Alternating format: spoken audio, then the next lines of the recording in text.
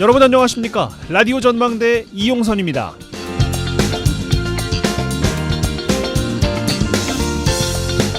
재산세 납부 청구서 혹시 받아보셨습니까?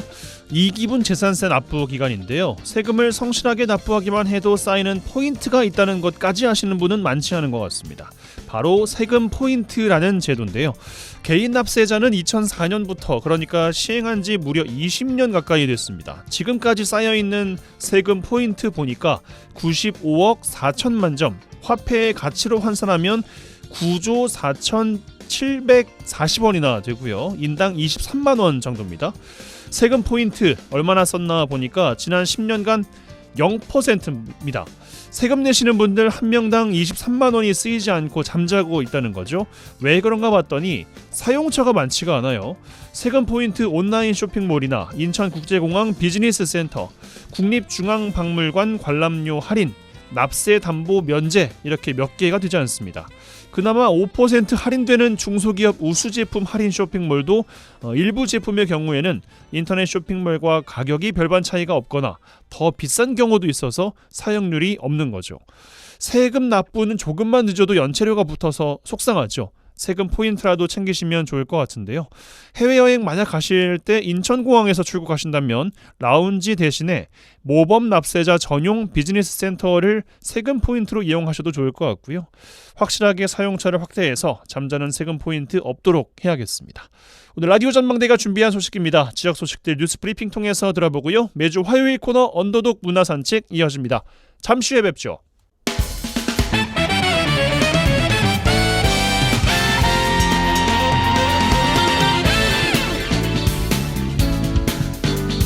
네, 9월 19일 화요일입니다. 라디오 전망대 시작합니다. 먼저 우리 지역 뉴스 정리해보죠. 뉴스브리핑 GBS 뉴스의 차범준 편집장과 함께합니다. 전화 연결돼 있어요. 안녕하십니까? 네, 안녕하세요. 네, 자 여수에서 시작합니다. 오는 12월 여수 남해 해저터널 공사 착공을 앞두고 있습니다. 도로 여수 기점 주민들을 대상으로 진행된 주민 설명회가 주민들의 반발로 파행이 됐어요. 얼마 전 이 시간 통해서 해저터널 건설 사업 앞두고 남해군은 좀 적극적으로 주민 소통을 하는 것에 비해서 여수시의 노력이 부족하다 이런 지적을 한 바가 있는데 주민들의 반발을 보니까 현실로 나타나고 있습니다.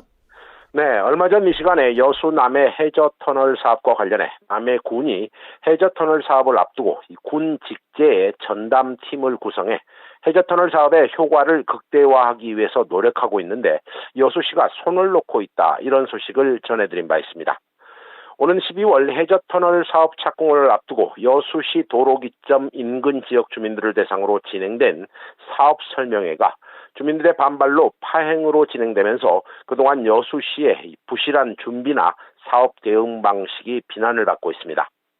지난 15일이었습니다. 국토교통부 부산지방국토관리청은 여수시 3일동 주민자치센터에서 여수 신덕에서 남해 서면 간 국토건설 전략 환경영향평가 주민설명회가 개최됐습니다.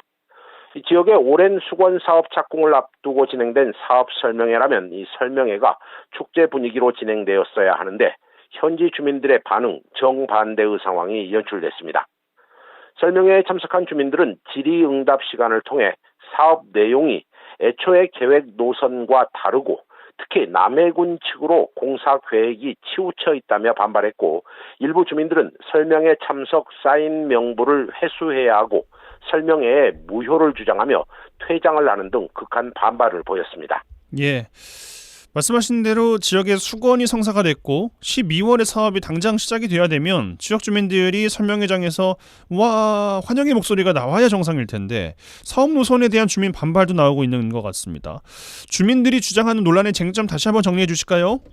네, 당일에 진행된 사업 설명회에는 김혜재 국회의원을 비롯한 지역의 시도의원과 주민 100여 명이 참석했는데요. 국토교통부는 주민들을 대상으로 환경영향평가 절차와 해저터널 사업의 진행 계획, 또 노선 설계 등에 대한 주민 의견을 청취하는 자리로 마련됐습니다. 설명회 과정에서 주민들은 사업 노선이 확정되는 과정에서 국토부나 여수시로부터 사업 내용에 대한 설명이 전혀 없었다며 이번 주민설명회는 무효라며 반발했습니다. 주민 설명회에 참석한 일부 주민들은 이 도로 노선이 여수시 신덕 구간은 야산에 맞닿아 있고 이 남해군은 양방향으로 설계되어 있어 여수와 남해가 이 Y자형의 계획 노선으로 설계되어 있는데 여수시와 남해군은 인구 등 모든 면에서 여수시가 훨씬 규모가 큰데도 공사가 남해군으로 치우쳐 있는 것은 있을 수 없는 일이라며 반발했습니다. 군 직제에 전담 부서까지 만들어서 사업을 추진해온 남해군의 행정 성과가 도로 노선에 반영이 되는 건 아닌가 이런 생각도 좀 드는데 실제 사업 노선이 확정되는 과정에서 여수시와 주민들 간 사전 협의가 전혀 없었다는 주장도 나오고 있네요. 네, 주민 설명회에 참석한 주민들은 시행사와 여수시가 사업이 추진되는 과정에서 주민들의 의견 수렴 없이 사업 노선을 확정했다며 주민들은 그냥 따라오라는 식의 설명회는 무효라며 국토부와 여수시를 싸잡아 비난했습니다.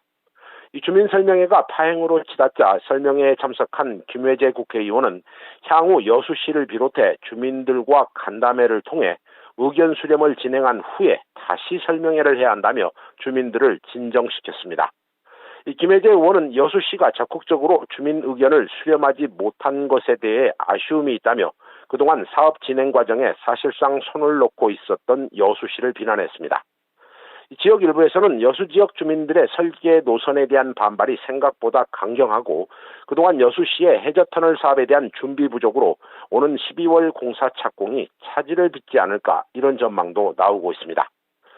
지난 수십 년 동안 정부를 대상으로 해저터널 사업을 요구해온 여수시와 지역 정치권이 정작 사업 착공을 앞두고 실시한 주민설명회에서 주민들로부터 격한 반발을 사고 있는데요. 이 주민 의견을 수렴하지 않은 일방적인 사업 추진을 하고 있다는 비난이 나오고 있는 지금의 상황. 이 여수시나 지역 정치권의 통렬한 자기 반성이 필요해 보입니다. 예, 공감이 됩니다. 시간이 얼마 남지 않은 상황이지만 여수시의 행정력 기대해 보는 수밖에 없겠죠. 자, 순천으로 가겠습니다. 최근 순천의 한 고등학교 축구부가 해체 위기에 몰리면서 지역 축구협회가 축구부 존치를 주민들에게 호소하고 있어요. 네, 40년 전통을 갖고 있는 순천시에 소재한 순천고등학교 축구부가 이 존폐 위기에 몰리면서 지역 축구협회까지 나서서 이 순천고등학교 축구부 존치의 필요성을 주민들에게 호소하고 있습니다. 해당 축구부의 해체 여부에 관심이 모아지고 있는데요. 최근 순천시 축구협회는 보도자료를 내고 순천고등학교 축구부의 비정상적인 운영 상황을 공개하며 해당 학교 축구부 정상화를 위한 지원 방안이 필요하다고 주장했습니다. 순천고 축구부 지난 1982년에 창단했고 제23회 백록기 전국 고교축구대회 우승을 비롯해 제46회 전남교육감기 축구대회에서 준우승을 차지하는 등 순천 학교 축구의 정점으로 활동해왔습니다. 순천고등학교 축구부는 지역의 초등부와 중등부, 고등부로 이어지는 체계적인 엘리트 축구의 초석을 다지는 역할을 해왔는데요. 순천 시민들과 동문들의 자긍심이 되어온 이 축구부가 최근 축구부 감독이 사임하고 새로운 지도자 물색에 실패하면서 학교 측과 학부모들 간의 갈등을 빚는 등 해체 위기에 몰린 것으로 알려지고 있습니다. 현재 순천고등학교 축구부는 선수 12명이 타 지역으로 전학을 갔고 1명은 운동을 그만두었다고 하는데요. 현재 3학년생 6명만 축구부에 남아있다고 합니다. 이 교육당국이 18명의 선수 학교 규정을 갖고 있어 내년도 축구부 운영에 대한 예산도 중단될 것이라는 전망이 나오고 있습니다. 학교 축구 선수가 부족해지자 순천고등학교는 현재 공석 상태인 축구 지도자 선임을 미루고 있어 내년도에 축구부 폐지가 현실화되고 있습니다. 예, 이대로 가면 자연스럽게 축구부가 해체될 수도 있어 보이는데 지역의 초중등부 축구 선수가 육성되고 있는 상황에서 고등부가 해체되면 연쇄적으로 파급 효과는 확산되겠습니다. 네, 학교 내부의 내용으로 순천고등학교 축구부의 해체가 현실화되자 순천시 축구협회는 순천을 대외적으로 홍보하고 순천 축구의 근간이 될 훌륭한 유소년 축구 인재들이 이 마음껏 기량을 갈고 닦을 수 있는 여건이 만들어지는 것이 중요하다며 순천고 축구부의 존치를 위한 활동을 본격적으로 진행하겠다는 입장입니다. 순천시 축구협회는 순천고 축구부 해체 위기와 관련해 학생들을 지원할 수 있는 다양한 프로그램을 통해 반드시 순천고 축구부의 정상화를 지켜내겠다며 벼르고 있습니다. 이 지역 축구인들의 이 같은 순천고 축구부 존치 활동에도 불구하고 순천고등학교 측은 언론을 통해 학교 축구부 운영과 관련해 축구부 정원을 충족하던 당시에도 이 순천 학생은 한두 명뿐이었고 이 나머지는 울산이나 인천 등 타 지역에서 영입한 경우가 대부분이었다며 이 선수 수급에 어려움을 밝히고 있습니다. 이 순천고 측은 축구부가 운영되는 과정에서 축구부 가입 3일 만에 전학을 가는 사례도 비일비재했다며 이 고질적인 선수 수급 문제로 운영이 어려운 것이 현실이다, 이런 입장입니다. 하지만 이 순천고등학교 측은 학부모들이나 동문회, 순천시 체육계를 중심으로 일단 정상화 방안을 다각적으로 검토하겠다는 입장을 밝혔습니다. 예. 뭐 이런저런 상황을 감안하면 축구부 존치가 현재로서는 참 쉽지 않아 보이는데 지역 축구인들, 체육인들, 지역민들의 관심과 성원이 필요해 보이는 대목입니다. 뉴스브리핑 GBS 뉴스의 차범준 편집장과 함께했어요. 고맙습니다. 네, 고맙습니다.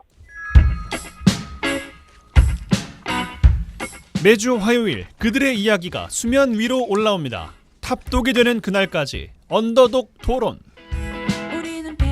매주 화요일 전남 동부권 언더독들의 핫한 토론, 언더독 토론 시간입니다. 오늘도 두 분과 함께 할 텐데요. 한 분씩 소개해드리겠습니다. 이상훈 전 여수시의원 오셨습니다. 어서 오십시오. 네, 반갑습니다. 이상호입니다. 순천시의회 이봉남 의원 오셨습니다. 어서 오십시오. 네, 반갑습니다. 순천의 큰딸 이봉남입니다. 예, 또 어떻게 지내셨는지 근황 여쭤보겠습니다. 먼저 이상훈 의원님. 이제 활동을 좀 해보려고 해서 이제 여수 여성 자활센터라는 게 있거든요. 예. 거기에 이제 운영위원회로 참여를 했습니다. 무슨 활동을 조금씩 하시려고 이제는 말씀이신 거예요? 이제 조만간 이제 시험도 끝나고 이러면은 이제 정치 활동도 시작해봐야 되지 않을까. 아, 그래서 이제 조금씩 이제 활동을 하려고 이제 준비하고 있습니다. 예. 근데 그게 이제 전남 인권지원센터 부설 기관 중에 한 곳이거든요. 그래서 제가 이제 운영위원을 하다 보니까 이제 거기에 아마 그 내용은 좀 아실 거예요. 그 안에 있는 내용들이 좀 있더라고요. 최근에 그 뭐 땡땡땡 쉼터에 있는 그 종사자분께서 공익제보자라는 이런 것을 받으셨더라고요. 그러니까 제가 보는 자칭 공익제보자로 인정을 받으신 것 같은데 또 그분께서 같은 쉼터에 입소했던 분을 인권유린으로 또 민사소송을 제기했더라고요. 이런 문제 있다 보니까 아마 한 2달 정도 있으면 이것에 대해서도 한번 이야기할 기회가 생기지 않을까 이렇게 보고 있습니다. 운영위원으로 참여하시면서 또 이것저것 또 보고 들으실 테죠. 네. 네, 알겠습니다. 이봉남 의원님 어떤 한 주 보내셨습니까? 예, 저는 뭐 지난주에 순천시회 임시회가 있어서 한 8일간 뭐 일반 안건하고 또 지금 정원박람회가 막바지에 접어들고 있잖아요. 네. 그래서 뭐 오천 그린광장이나 뭐 정원박람회장 좀 둘러보면서 이후에 이제 끝나고 나서 좀 향후에 어떻게 할 것인지 방안을 좀 의회에서 제시하는 이런 임시회가 있었고 또 지난주에 9월 13일부터 15일까지 지속가능 발전 전국 대회라고 있습니다. 그러니까 지속가능 발전법이 한 2년 전에 이제 법이 통과가 됐는데 그 전에부터 이제 지속가능 발전 협의회가 이제 전국적으로 구성이 되어 있고요.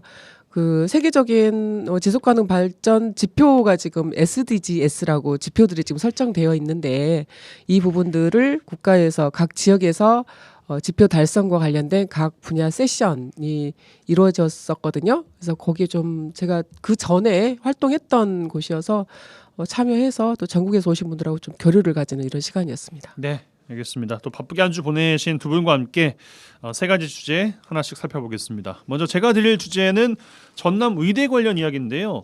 이 신설이 조금 위기에 봉착해 있습니다. 정부가 의대 신설보다 정원을 확대하는 방향으로 가닥을 잡은 모양새입니다. 신설은 물론이고 정원 확대 배정도 어려울 것 같다는 전망이 전남 지역에 나오고 있습니다. 어떻게 보고 계신지 궁금한데 먼저 이상호 의원님 주실까요?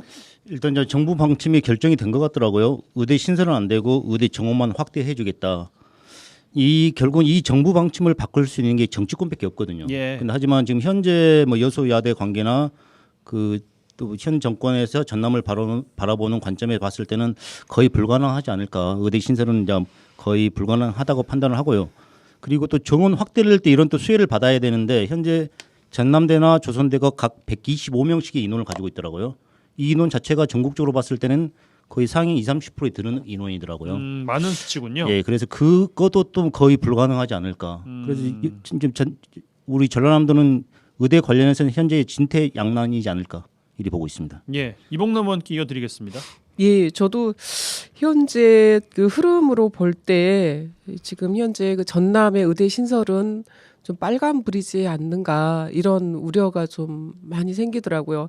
지난번에 그때 7월에 그 전남과 또 경북에서 이제 의대 신설을 함께 좀 공동으로 대응하자라고 해서 국회에서 그때 포럼도 그랬죠. 이제 했었었잖아요. 예. 그때 주로 나왔던 이제 그 현안들이 그 현황이 의료 현안 협의체에서 의사 인력을 확대하는 방안보다는 기존 의대 정원 확대로 좀 잠정 협의에 합의했다라고 하는 이런 기류가 있어서 그때 뭐 다각적으로 이렇게 대응하기 위해서 이제 포럼도 하고 이제 그랬던 걸로 제가 기억을 하는데 이런 흐름으로 좀 봤을 때 조금 우리 전남 지역의 의대 신설이 좀 빨간불에 좀 켜진 거 아닌가 이런 우려가 좀 생겼습니다. 예. 이상우 의원님 뭐 기억하시겠지만 김영록 지사께서 국가 사업을 전남 지역에 하나 포기를 하더라도 전남의대 신설은 꼭 이뤄내겠다 이런 의지를 최근 또 밝히시기도 했는데 정치권의 전략에는 어떤 문제가 좀 있었고 앞으로 어떻게 해야 된다고 보십니까? 근데 현재 제가 봐서는 전남권의 이 전략은 단 한 가지밖에 없습니다. 왜 그러냐면은 우리 전남에는 의대가 없지 않습니까? 예. 광주권에만 두 곳에 있기 때문에 그러다 보니까 저희들은 의대 정원도 확대를 해주고 의료 취약지구인 전남도에다가 의대를 신설해주라 이 전략밖에 취할 수 없는 상황입니다. 네. 그리고 또 모 국회의원께서 말씀하시는 그 뭐 전남대 분원 같은 경우는 국가가 결정할 사항이 아니고 전남대가 결정할 사항이거든요. 그러다 보니까 지금 현 정부가 의료 취약지구에 대한 일단 배려가 약간 부족하다. 이것을 결국 이제 정치권이 풀어야 되는데 이 정치권이 못 푼 거에 대한 안타까움이 있을 뿐입니다. 예. 그러니까 그 전략이라는 것이 결국에는 그냥 총력전밖에 없는 건데 네. 정치권의 총력이 아쉬웠다라는 말씀이신 거예요? 아니면 정부의 설득 논리가 부족했다는 근데 말씀이신 정부 거예요? 설득도 결국은 이 정부가 이런 의료 취약지구인 전남이나 경북과 상대를 한 게 아니고 의사협회하고 이야기를 하고 있지 않습니까? 의사협회에서는 결국은 정원 늘린 것은 자기 밥그릇 뺏기는 상황이기 때문에 절대 반대를 하겠다. 하지만 의료 취약지구에 인원을 배치하거나 그분들을 전적으로 한마디로 경기권에 올라오지 마십시오. 하거나 의료 인력 확보에는 저희들이 동의를 해주겠다. 이 정도밖에 말씀 안 하시더라고요. 예. 그 설득이 잘못됐다 이 말이죠. 이봉남 의원님 그뭐 지역의 정치인으로서 또 지금의 전략 같은 것들을 좀 총 짚어보면 어떻게 대응해야겠습니까? 사실 이 부분은 뭐 정치권에서 아주 뭐 긴밀하게 움직여서 의대 신설을 해야 된다라고 하는 이제 이런 지금 현재 상황은 지금 그렇게 하고 있잖아요.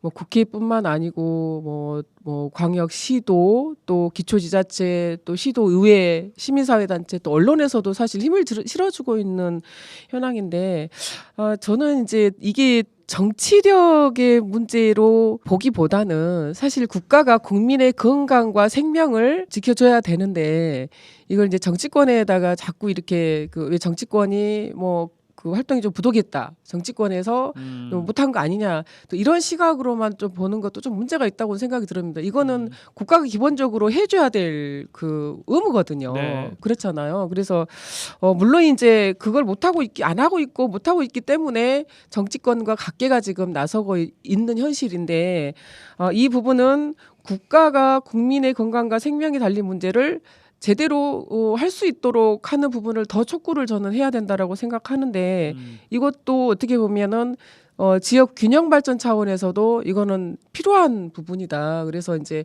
저희가 계속 의료 차원에서만 지금 저희가 포커스를 두고 가는데 이거를 지역 균형 발전, 국가의 균형 발전과 또 국가가 국민의 건강과 생명을 또 우선해서 어떤 그 국가 정책을 펼쳐야 되는 이런 차원에서 조금 더 다른 시각으로 이거를 저희가 촉구할 필요가 있다라고 좀 생각이 듭니다. 예, 이상호 의원님 뭐 예. 지금 남은 시간에 뭘 좀 해야지 유치에 뭐 파란 불까지는 아니더라도 노란 불이 들어오겠습니까? 저는 정치권이 나서야 한다고 보고 있습니다. 행정을 이길 수 있는 것은 정치밖에 없거든요. 그래서 정치권이 나서 가지고 협의를 해야 되는데 최근에 보건복지부에서 뭐 이런 이야기도 하시더라고요. 차라리 법률로서 저희들이 정하자 인원을 600명을 늘리자. 근데 이건 또 정부에서도 반대를 하고 있더라고요. 또 의사협회, 뭐 간호사협회 모든 단체 다 반대를 하고 있더라고요. 결국 자기 밥그릇 싸움인데 이제 이런 읍소를 해야죠. 전남 의대를 설립해 주면은 지역 의료 환경 개선을 위해서 이분들이 지역에서 근무할 수 있도록 저희들이 어떤 조치를 취하겠다, 뭐 조항을 만들겠다 이런 읍소 과정을 거쳐서 정부에다 요구를 해야 된다 이렇게 생각하고 있습니다. 이봉남 의원님은 덧붙일 말씀 있으십니까? 네, 그래서 이렇게 그 좀 빨간 불이 켜지는 거 아니냐라고 하는 이런 그 긴박감 속에서 어제죠? 예, 어제 우리 그 전남 도의회 의과대학 유치대책위원회에서 또 국회 또 보건복지위원장님 또 이렇게 방문해서 그 의대 신설 그다음에 정원 배정 좀 요청을 강하게 좀 하고 오신 걸로 알고 있어요. 예. 그래서 특히 거기에다가 또 지역 의사제를 도입해달라 이런 이제 요구 사항을 좀 전달을 하고 온 걸로 알고 있습니다. 지속적으로 지금 하고 있는 활동들은 계속 해야 된다라고 저는 생각을 하는데 그 의대 신설이라든지 의대 정원과 관련해서 주요 지금 협의하고 있는데 의료 현안 협의체잖아요. 보건복지부하고 대한의사협회가 지금 주축이 돼서 의료 현안 협의체에서 이거를 지금 협의를 하고 있는데 이 의료 현안 협의체에 좀 각계각층이 다양하게 들어가야 된다라고 생각합니다. 당사자들이 국민도 있잖아요. 국민과 그다음에 또 뭐 간호협회라든지 또 다른 또 당사자들 이 계층이 있기 때문에 여러 계층이 같이 의료 현안 협의체에 들어가서 협의가 좀 다각적으로 되어야지 조금 전에 제가 얘기를 했던 지역적인 어떤 균형 발전 그리고 국민의 생명과 건강을 담보할 수 있는 이런 정책이 균형적으로 추진될 수 있기 때문에 지금 저희가 또 요구해야 될 한 분야는 이런 협의를 하는 이 단계에 있어서 조금 더 다양하게 다각적으로 다양한 계층이 참여할 수 있도록 하는 부분을 더 촉구할 필요가 있다라고 생각합니다. 알겠습니다. 요 정도로 제가 드린 주제 마무리하겠습니다. 전남 의대 신설에 빨간불이 들어왔다라는 이야기였습니다. 지켜보는 것으로 하고요. 잠시 전하는 말씀 광고 듣고 와서 두 분의 주제로 돌아오겠습니다. MBC 라디오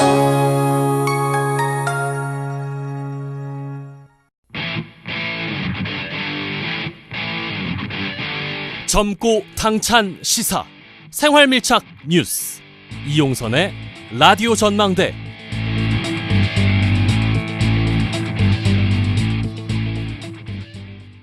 여수 MBC 라디오 전망대 함께하고 계십니다. 매주 화요일 코너 언더독 이상우 전 여수시의원, 이봉남 순천시의원 두 분과 이번 주 함께하고 있습니다.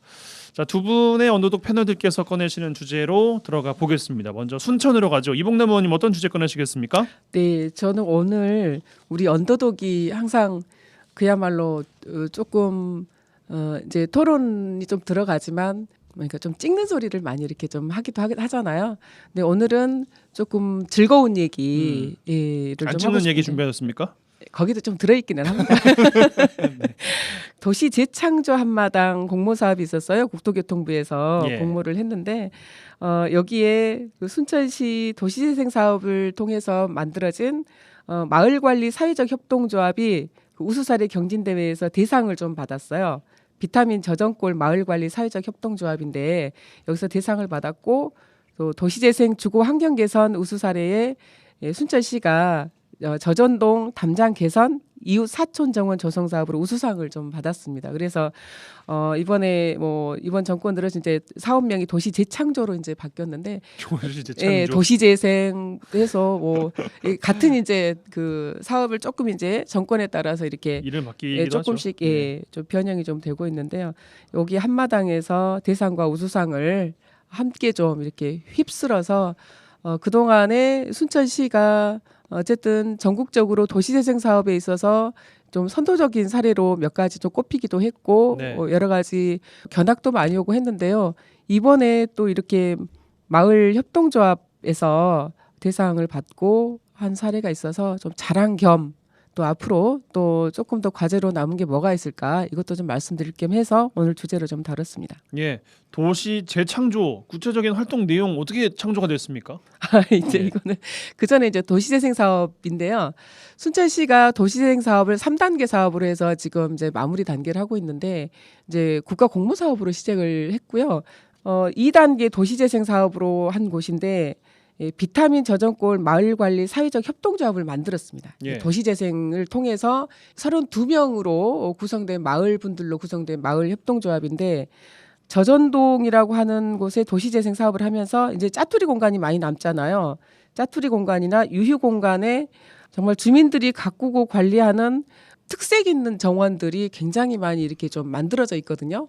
이 저전동이 예전에 이제 당나무를 심었던 곳이라고 해서 이 도시재생 사업을 하기 전에도 정원들이 이쁘게 많이 가꿔져 있는 마을이기는 한데 도시재생 사업을 통해서 이게 좀 잘 만들어져 있고 가꿔져 있는데 여기를 자율적으로 할 수 있게끔 하는 협동조합이 만들어져서 정말 이 저전동을 한번 방문을 하시게 되면 반하지 않을 수 없는 이런 마을입니다. 그래서 이 마을들이 이 이제 마을 가꾸기 사업이 이제 이번에 상을 받게 된 건데요.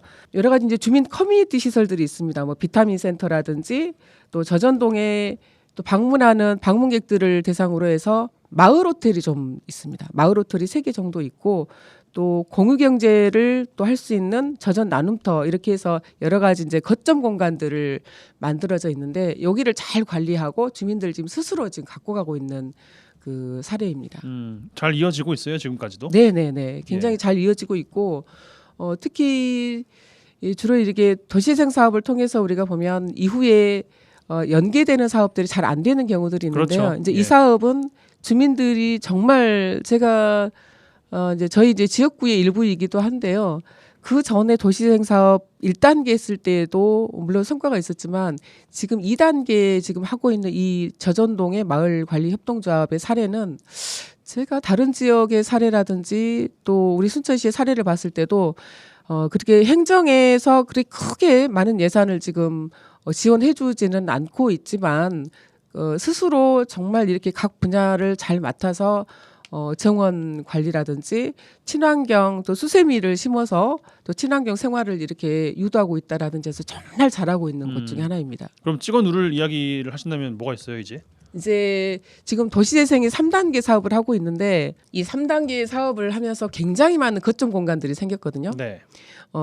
예를 들면 아까 이제 그 향동 중앙동 쪽에서 했을 때도 거점 공간과 공유 공간들이 많이 발생을 했고요. 2단계에서도 이런 거점 공간, 공유 공간들이 많이 생겼고 지금 3단계 이 역세권 사업을 하고 있는데 여기에도 굉장히 많은 공공 공간들이 이제 생겼어요. 근데 공간들이 많이 생기다 보니까 앞으로 이 부분들을 어떻게 관리 운영할 것인가에 대한 이제 장기 계획이 좀 약간의 필요하고 막막함이 있군요. 그렇죠. 예. 예. 그리고 관리 운영비가 이제 조금 더 많이 발생을 하게 되는 이런 우려가 지금 발생을 하고 있습니다. 그래서 도시재생 사업을 의욕 있게 또 성과를 가지면서 하고 있지만 이를 통해서 발생되는 여러 가지 거점 공간을 어떻게 효율적으로 이용을 하고 관리를 할 것인가라고 하는 과제들이 좀 남아 있고 또 그러다 보니까 여기 관리 운영비들이 좀 많이 들어가겠죠. 그래서 이런 과제가 지금 많이 남아 있는 상태이고요. 두 번째는 이 도시재생 사업을 추진하는 데 있어서 현장 지원센터가 있는데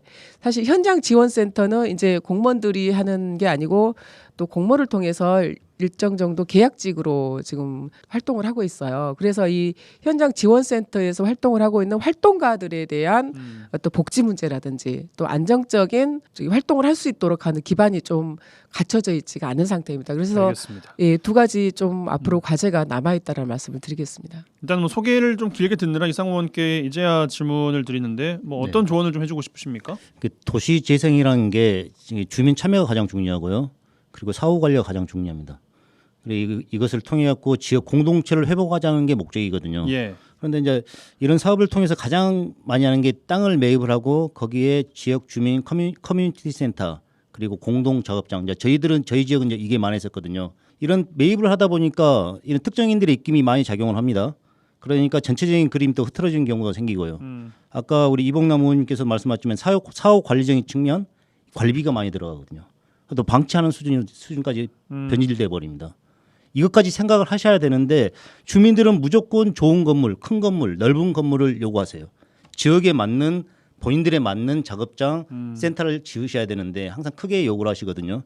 그게 이제 우리 지역에서도 약간 문제가 돼서 결국은 시가 관리하는 걸로 또 바뀌더라고요. 예. 그러다 보면 도시 재생의 취지가 흐트러지는 거 아니겠습니까? 그래서 그 지역의 어떤 활동가 중에서 누군가는 지속적인 관심을 가져야 되는데 그게 약간 부족하지 않을까. 그 구성원들도 또 나이가 많으시다 보니까 또 이런 문제도 있습니다. 그런 부분들이 잘 꼼꼼하게 살펴져야 된다라는 말씀이신 것 같습니다. 자, 여수로 가겠습니다. 이상호 의원님 어떤 주제 꺼내시겠습니까?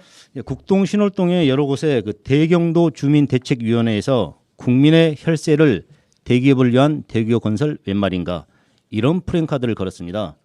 그 대경도 주민들이 그토록 원했던 경도 다리를 건설 중에 있는데 왜 이런 프랭카드를 걸었을까 하는 의문이 들더라고요. 그래서 이번 건을 계기로 해서 세계적인 해양 관광 단지를 건설하겠다는 미래의 SSE 약속은 과연 지켜지고 있는지에 대해서 한번 얘기해 보겠습니다. 예. 말씀 주신 것에는 두 가지가 좀 섞여 있는 것 같은데요. 네. 예, 미래에셋의 개발 지금 잘 되고 있는지가 첫 번째 마지막에 주셨던 말씀. 예. 그리고 경도 주민들이 우려하고 있는 이야기들 예. 뭐가 상충되어 있고 어떻게 해결이 돼야 되겠습니까? 일단 이제 미래에셋 같은 경우는 예전에 제 여수시 의회에서 말했듯이 경도 초입 부분의 레지던스를 통해서 본인들은 이 종잣돈으로 경도 개발을 하겠다는 게 본인들의 그랬죠. 뜻이었죠. 예. 근데 그게 자초됐지 않습니까? 그건 복잡한 문제들이 많이 있었습니다. 그 SPC 특수 목적 법인이 파산을 하고 그 투자자들이 이제 뺐다는 게 궁극적인 이제 언론 보도인데 내막은 분명히 있을 것입니다. 그러다 보니 레지던스 건설도 안 되지, 그 종잣돈도 생기지 않지. 그래서 지금 경도 개발은 표류하고 있는 것입니다. 예전에 제가 항상 주장했듯이 시민들은 미래셋이 1조 5천억을 들여서 세계적인 휴양 관광단지를 건설하는 걸로 알고 있거든요. 경기에 상관없이 자본을 투자해서 만들어야죠. 근데 결국은 이분들의 뜻은 결국 현재 결론을 보면은 이분들이 결국은 저희들이 주장했던 땅 투기하는 것이다. 이런 결과에 귀론되지 않을까 이렇게 생각하고 있고요. 예. 아까 두 번째 이제 경도 주민들께서는 본인들이 수건 사업이었습니다. 계속 철부선으로 왔다 갔다 하는 것을 이번 관광 그 경도 개발을 통해서 다리를 지어주라. 그리고 결국은 이제 다리 예산을 확보했지 않습니까? 예. 근데 그 당시에 이런 주장을 안 하셨거든요. 지금 그 밑에 그 철부선이 왔다 갔다 하는데 그게 대경도 발전 협의회에서 하고 있는 겁니다. 시가 하는 게 아니고요. 그러니까 그분들이 매년 그 입찰을 통해 가지고 위탁을 주는 사업이었어요. 그러니까 배로 수송하는 거 말씀하시는 예, 거죠? 맞습니다. 예. 예. 배가 두 개 하나는 전남 도에서 하는 거고 하나는 대경도 주민들이 하시는 거거든요. 예. 이거에 대한 영업 보상을 해줘라. 그거 되면 이제 배를 수송을 못 하니까 그 돈 예. 보전해 줘라. 예. 예. 그냥 그 금액이 어마어마하는데 결국 근데 이 영업 보상에 대한 법적 근거는 하나도 없다 그러더라고요. 왜냐하면 그 동안에 이분들께서 그 영업을 통해서 많은 이익을 보셨기 때문에 없는데 이제 이런 주장을 하시고 있는 것도 일견 그분들의 주장도 일리가 있긴 하지만은 예전에 본인들이 다리 관련해서는 이런 주장이 전혀 없었거든요. 그때부터 나오셨던 게 맞는데 제가 분명히 말씀드렸거든요. 이런 데 말고 차라리 그 레지던스 지을 때 150억에 드는 그 특수 목적법인의 지분을 요구하시라. 거기서 5천억 버는데 10% 집어오면은 500억을 버는 거 아니겠습니까? 그 돈으로 지역 주민 발전을 위해서 쓰시라. 이런 말씀도 드렸었는데 이제 그때는 이제 귀담아 안 들으시더라고요. 이런 것은 부차적인 문제고 이분들은 저는 그렇습니다. 이 경도 주민들께서 이 부분에 대해서는 대승적인 차원에서 본인들이 좀 결단을 해주셔야 된다. 본인들은 결국은 육지와 연결되는 혜택을 누르실 것이고 그리고 땅값 상승 부분도 있을 거 아닙니까? 대기업도 당연히 미래셋도 당연히 돈을 벌겠죠. 이런 부분도 상충되기 때문에 이건 너무 과한 주장이지 않을까 이런 생각이 좀 듭니다. 알겠습니다. 이 시점에서 이봉남 의원께 드려보겠습니다. 어떻게 좀 보고 계십니까? 네, 이 경도 해양 관광단지 개발은 사실 한다라고 추진을 한다라고 했을 때 굉장히 뭐 장밋빛을 이렇게 그리는 이런 사업으로 뭐 전국적으로도 좀 알려지고 주변 인근 시도에도 그렇게 홍보가 많이 됐었는데 사실 추진하는 과정들에 좀 지지부진한 것으로 알고 있었거든요. 근데 지금 뭐 해결 안 된 부분들이 몇 가지 좀 있는 것 같은데요. 이 부분은 조금 전에 이 말씀하셨던 이제 주민들이 연립계 공사를 좀 반대하고 있다 이제 요 얘기들을 좀 하셨는데. 이 부분에 있어서는 그 해당되는 그 당사자들이 좀 합의를 제대로 좀 할 필요가 있다라고 생각이 드는데 그 이상호 의원님 아마 의정 활동 하실 때 그때 의회에서 이 부분들을 좀 제대로 짚으셨던 것 같더라고요. 그래서 뭐 의회에서 짚은 부분들을 한번 좀 이렇게 말씀해 주시면서 그 부분들에 대해서 조금 더 저 당사자들이 협의를 또 구체적으로 좀 해야 되지 않을까 싶고요. 실제 이제 여기 이걸 통해서 기존에 살고 있던 원주민들의 피해라든지 혹시 원주민들에게 요구사항이나 이런 부분들이 어느 정도 추진이 되고 있는지를 다시 한번 점검할 필요가 있다고 생각합니다. 알겠습니다. 이상호 의원님 마지막 질문 드려야 될 것 같은데 네. 뭐 주민분들께서 최초의 이야기를 안 꺼냈든 뭐 이제야 이야기를 꺼냈든 어쨌든 갈등의 불씨가 남아 있다는 게 또 유효한 거 아니겠어요? 네. 누가 어떻게 풀어가야 되겠습니까? 일단은 저는 가장 중요한 게 현재 미래셋이 여수 경도 개발을 세계적인 해양 관광 단지로 만들 의향이 있는가를 먼저 물어봐야 된다고 보고 있습니다. 예. 왜냐하면은 지금 전혀 하는 게 하나도 없거든요. 단지 경호초 이전 사업 그것은 어차피 이전할 수밖에 없는 사업이고요. 경도에 본인들 지분 20% 투입한 것은 다리를 놓기 위한 하나의 그 약속이기 때문에 할 수밖에 없고 나머지 사업은 올 수도 없는 상황입니다. 예. 본인들이 SPC 특수 목적 법인을 다시 구성해서 제 사업을 추진하겠다는 그 월요일 날에 그 신문지상에 발표가 있었는데요. 과연 그것도 믿을 만한가? 이런 의심이 들고 결국은 투자를 해주라. 세계적인 관광단지를 먼저 만들어 주라. 레지던스가 중요한 게 아니다. 이런 말씀을 드리고 싶습니다. 알겠습니다. 자, 요 정도로 이번 주 언더독 마무리하겠습니다. 이상훈 전 여수시 의원, 순천시의 이봉남 의원 두 분과 함께했어요. 두 분 고맙습니다. 감사합니다. 네, 감사합니다.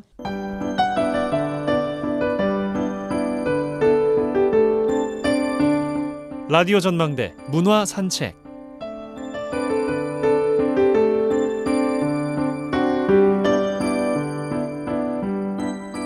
네, 문화산책 시간입니다. 김지연 리포터 나와 계세요. 어서 오십시오. 안녕하세요. 자, 이번 주에 어떤 문화예술인 만나고 오셨습니까? 네, 황종권 시인을 만나고 왔습니다. 얼마 전 방울 슈퍼 이야기라는 산문집을 출간했는데요. 네. 지금은 사라지고 있지만 예전엔 어느 동네나 사랑방 역할을 했던 구멍가게가 있었잖아요. 맞아요. 여수시 국동에 방울 슈퍼집 아들로 태어난 이 황종권 작가가 그 과자 하나에 울고 웃던 그 시절 추억을 소환했다고 합니다. 만나보시죠. 네, 안녕하세요. 시와 산문을 쓰는 황종문입니다. 여수에서 몇 살까지 계셨어요? 초등학교, 중학교, 고등학교까지 여수에서 보냈죠. 대학은 아주 가까운 순천 갔다가 네. 공부를 다 가르쳐 주질 않아가지고 저기 서울로 이제 유학을 가게 된 거죠. 학생들을 가르치고 있다고 얘기를 들었어요. 네, 우리 대한민국에서 이제 문해창작학과라고 이제 고등학생이지만 대학처럼 글쓰기를 전문적으로 이제 배우는 학생들이 있습니다. 대표적으로 이제 안양예술고등학교와 고양예고가 있는데 제가 이제 안양예고에서 6년 하고 고양예고에서 4년. 여수촌 놈이 그래도 대한민국의 문화학의 어떤 그 새싹들을 지금 책임지고 있는 와. 아주 막중한. 아니 근데 사실이잖아요. 사실이에요. 맞아요. 그 황종건 작가님 올해 정말 따끈따끈한 네. 책이 나와서 만나 뵙게 됐습니다. 그래서 이 책이 방울 슈퍼 이야기라는 책이에요. 첫 산문집입니다. 방울 슈퍼 이야기. 아는 사람들은 알 거예요. 그렇죠. 네. 이게 굉장한 베스트셀러거든요. 네. 6월 달에 책이 처음 나왔는데 벌써 5번째 인쇄가 됐으면 네, 진짜 굉장히- 인기 있다고 말을 할 수 있는 것 같아요. 네, 저도 이렇게 뜨거운 반응과 엄청난 블로거들이 계속 올려주고 있어가지고 네. 좀 쉽게 말해서 사랑을 받아본 게 거의 처음인 것 같아서 좀 새롭기도 하고 감사하기도 하고 꿈 같기도 하고 그렇습니다. 이유가 뭔 것 같아요? 딱 한 가지인 것 같아요. 이게 어떤 뭐 잘난 사람들의 이야기도 아니고 뭐 특별한 사람들의 어떤 이야기도 아니고 그냥 우리가 8090 혹은 그 너머 세대들까지 경험했던 어떤 추억에 대한 이야기들을 하고 있어서 좀 공감대가 생긴 것 같고 저희들 보면은 응답하라 시리즈 같은 거 보면은 네. 그 시절을 굳이 살지 않아도 뭔가 이렇게 환기하는 것들이 있고 의미하는 것들이 있잖아요. 제 책이 아마 그런 역할을 하고 있지 않나라는 생각을 해봅니다. 그 여수시 국동에 있는 네. 네, 그곳에 조그마한 구멍가게죠. 방울 슈퍼가 있었어요. 이곳이 그러면 작가님이 살고 계셨던 집인가요? 정확하게 말하자면 이제 저희 어머니 아버지가 새들어 살던 집이었죠. 예. 단칸방 하나, 슈퍼 하나. 그래서 슈퍼가 딸린 방인지 방이 딸린 슈퍼인지 모를 만큼 굉장히 협소한 공간이었습니다. 그냥 단지 내가 편의를 위해서 내가 뭐 필요한 것을 위해서 가는 곳이 아니라 껌 하나 사러 간다고 그래가지고 한 3시간 거기 평상 앞에서 놀다 오고 괜히 무답시 나가서 막걸리 한 잔 마시고 오고 네. 아이들은 또 어떻게든 용돈을 모아가지고 게임도 하고 먹을 것도 먹고 그래서 지금 생각하면 복합 커뮤니티 공간이었죠. 어린아이와 할머니와 세대가 그토록 같이 있을 수 있는 공간이 지금 있나 싶으면 없거든요. 네. 저는 제 생각에는. 근데 그때는 그게 굉장히 자연스러웠고 그래서 서로 이렇게 소통하고 이야기할 수 있는 부분들이 많았고 어른들 무서워할 줄 알고 애 무서워할 줄도 알았는데 요즘엔 좀 그런 게 없죠. 이 방울 슈퍼에서 에피소드 하나하나를 담아내고 있잖아요. 네. 과자 이름을 하나 들어서도 이야기를 하고 있고 그리고 어떤 인물을 예를 들어서도 얘기를 하고 있고 뭐 할머니부터 아이까지 네. 굉장히 다양한 소재들을 다 기억을 끄집어내셨더라고요. 너무나 소중해서 잊고 싶지 않았는데 아, 잊고 싶지 않았던 것들을 조금씩 적다 보니까 이렇게 됐고 그 방울 슈퍼의 본원이자 이제 살아있는 증인인 네. 어머니가 살아계셨기 네, 때문에 네. 제가 이제 뭐 취재까지는 아니지만은 그래도 산타하면서 그때 그 시절 어떻게 보냈어? 이렇게 이제 자연스럽게 묻다 보니까 네. 저는 이제 그 이야기를 듣고 아 이거 그냥 쓰면 되겠다. 이 이렇게. 책에 제 2저자 이렇게 올려야 되는 거 아니에요? 예, 어머님 이름을. 저희 어머니가 자기가 사인하고 다니시더라고요. 이 책을 읽으면서 저는 느꼈던 건 뭐였냐면 황정곤 작가가 이 방울슈퍼 아들로 네. 살면서 권력의 맛을 봤구나. 이 과자 하나 이렇게 줄까? 막 약간 이런 느낌 있잖아요. 진짜 아이들한테는 거의 선망의 대상이었고 그럼요. 그리고 이제 더러 이제 조금 친구들 중에서도 이렇게 군것질에 굉장히 지대한 관심과 자기 영혼을 다 거기에다가 거는 친구들이 있어요. 네. 그런 친구들은 아까 말했잖아요. 무답시 저랑 친해지려고 같이 뭐 축구하자 그러고 농구하자 그러고 네. 저도 이제 그런 친구들이 좋아가지고 엄마 몰래 훔쳐다가 좀 가져다 주고 그 어머니가 이제 한 번씩 그 출타를 나가십니다. 네. 그러면 이제 제가 이제 방울슈퍼의 이제 주인이 되는 건데 고양이한테 생선을 맡기게 된 거죠. 이게 저는 사실 뭐 과자에 대한 큰 욕심이 없었는데 12봉지까지인가 먹었던 기억이 나요. 그 합이 맞았던 건데 치땡땡을 그냥 끝까지 한번 내가 배부를 때까지 원 없이 한번 먹어보고 싶고 저는 따조가 필요. 네. 최고의 콤비 플레이처럼 이제 서로의 어떤 욕망을 같이 해결했던. 예. 엄마한테 안 들켰어요? 이 책 내고 바로 들켰죠. 예, 이 책이 담겨 있어요. 그 최고의 콤비네이션이라는 책인데. 네. 그런 에피소드들이 이 방울슈퍼 이야기 책에 다 담겨 있어요. 그러니까 황정곤 작가님이 계속 이제 어머니 말씀을 많이 하셨잖아요. 네. 글을 써야 되겠다라고 생각을 하게 만든 이 네. DNA를 어머님이 주신 건 아닌가라는 생각이 또 들거든요. 제가 어머니 때문에 이제 시를 쓰고 결론적으로 이제 글을 쓰는 사람이 돼버렸는데 어릴 때 집에 참 안 어울리는 자개장이 하나 있었습니다. 단칸방에 자개장이 있으면 되게 웃겨요. 술자리가 됐다가 어른들 뭐 이렇게 하트 치는 자리가 됐다가 저녁 되면 저희 숙소로 바뀌는 네. 뭐 이런 곳인데 자개장에 아주 신비로운 물건을 보았습니다. 그게 어머니가 학창 시절 문청 시절 때 필사를 한 노트였어요. 바이런 뭐 닐케 뭐 섹스피어 그리고 유치한 이름만 들어도 그 데모노의 그 시들을 네. 저희 어머니가 글씨를 굉장히 잘 쓰거든요. 저희 아버지랑 결혼한 이유가 딱 한 가지였대요. 자기보다 글씨를 잘 써서. 아버님께서 네. 그 글을 읽는데 진짜 뭔 말인지 한 개도 모르겠는데 황홀하기 그지없었어요. 세상에 이런 말들이 있다니. 중학교 때 읽고 나서 충격을 받았어요. 이게 뭐냐, 내 주위에는 욕잘하고 악쓰고 뭐 이런 사람들밖에 없는 것 같은데 하고 사투리가 워낙 강한 사람들이 많고. 네. 근데 여기는 진주가 뭐야? 그 당시에 딱 봤는데 신세계의 언어들이 이제 딱 있는 거예요. 근데 그걸 또 읽어보니까 더 좋아요. 그걸 써서 좋아하는 사람한테 줘보니까 더 좋아요.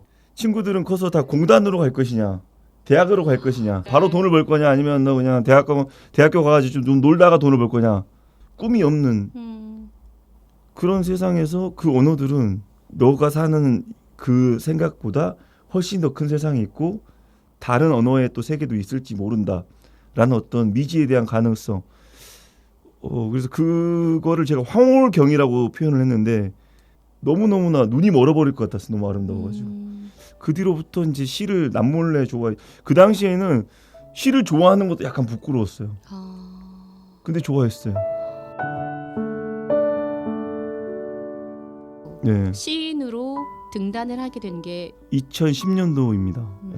입합나무에 비 내리면. 제가 여수 섬달천이라 부르기도 하고 육달천이라 부르기도 하는데 거기에서 이제 자랐어요. 할아버지가 거기 계시고 그래서 항상 그 바다의 풍경을 항상 가지고 있습니다. 간혹 어머니 아버지가 이제 싸우고 나면은 저를 이렇게 맡겼어요. 보냈어요. 예. 할아버지한테. 예, 할아버지 할머니가 무슨 죄라고. 보통 어렸을 때 벽에다가 대고 키 얼마큼 컸나 이렇게 재는 행위가 있죠. 근데 저는 이제 그 대들보 같은 데다가 그런 키를 한번 쟀었는데 네. 그게 저한테 좀 큰 상처로 남았어요. 왜요? 이제 그만큼 잘할 것 같지도 않고 키가 또 어디를 간다는 것이 명백하기 때문에 또 기다려야 되잖아요. 어릴 때. 그 첫 시 같은 경우는 제가 이제 받았던 그 살면서 받았던 첫 상처를 담아낸 시고 팜나무라는 그 나무가 육지에서는 이제 풍년을 기원하는 나무인데 바다에서는 또 이제 일조 비가 많이 내리면 또 좀 서글픈 꽃이기도 해요. 너무 하얗게 피어 있으면. 그래서 그런 어떤 상징들 그리고 어떤 그리움들 그런 마음들을 담아서 그게 되어서 더 좋았어요. 잊지 말아야 되고 소중했고 아팠던 그런 조금 진실했던 어떤 순간을 가지고 시인을 만들어줘서 너무 감사하게 생각했죠. 네. 당신의 주름을 팽팽하게 잡아당기던 달의 인력이 오늘 밤은 시린 손가락으로 내 발목을 잡는걸요. 밀물든 바닷가에선 빗소리가 주저앉고요.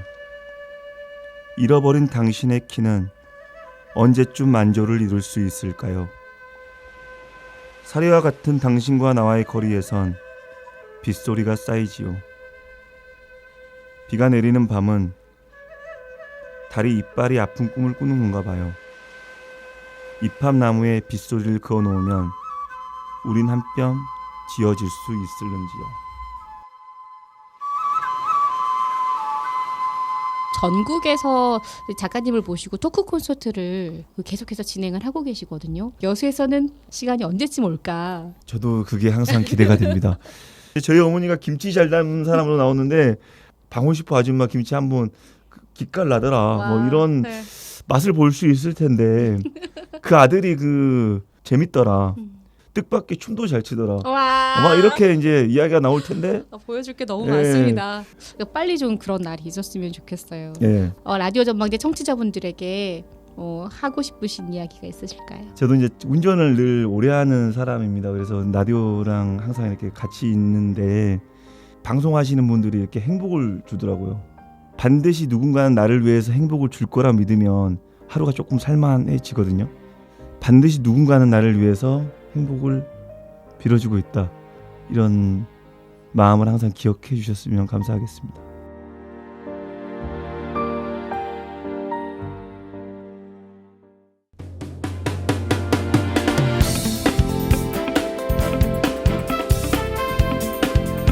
네, 9월 19일 화요일 라디오 전망대 오늘 준비한 소식은 여기까지입니다. 오늘도 고생 많으셨습니다. 오늘 마무리 잘 하시고요.